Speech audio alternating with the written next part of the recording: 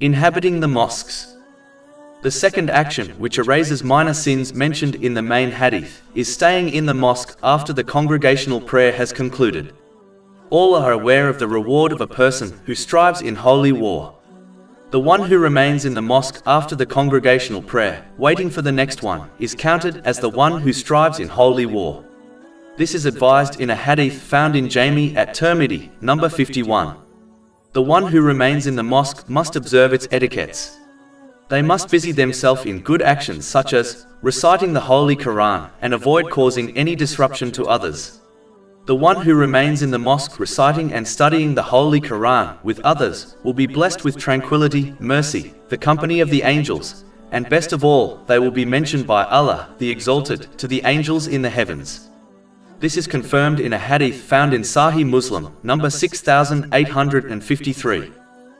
As mentioned in the last chapter, the one who waits for the congregational prayer is recorded as one who is in prayer. This is confirmed in a hadith found in Sahih Bukhari, number 2119.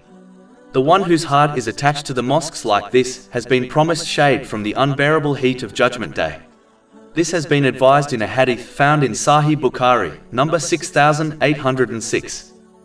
Staying in mosques can be difficult, especially in this day and age, when there are so many different distractions readily available. This act contradicts one's desires to join and participate in these activities, hence why the reward of this deed is so great. Chapter 24 An-Nur, verses 36 to 37. Such niches are in houses, i.e. mosques, which Allah has ordered to be raised, and that His name be mentioned, i.e. praised therein, exalting Him within them in the morning and the evenings. Are men whom neither commerce nor sale distracts from the remembrance of Allah, and performance of prayer and giving of zakah. Over 400 free ebooks, audiobooks, infographics, podcasts and blogs available on our website, www.shaykhpod.com.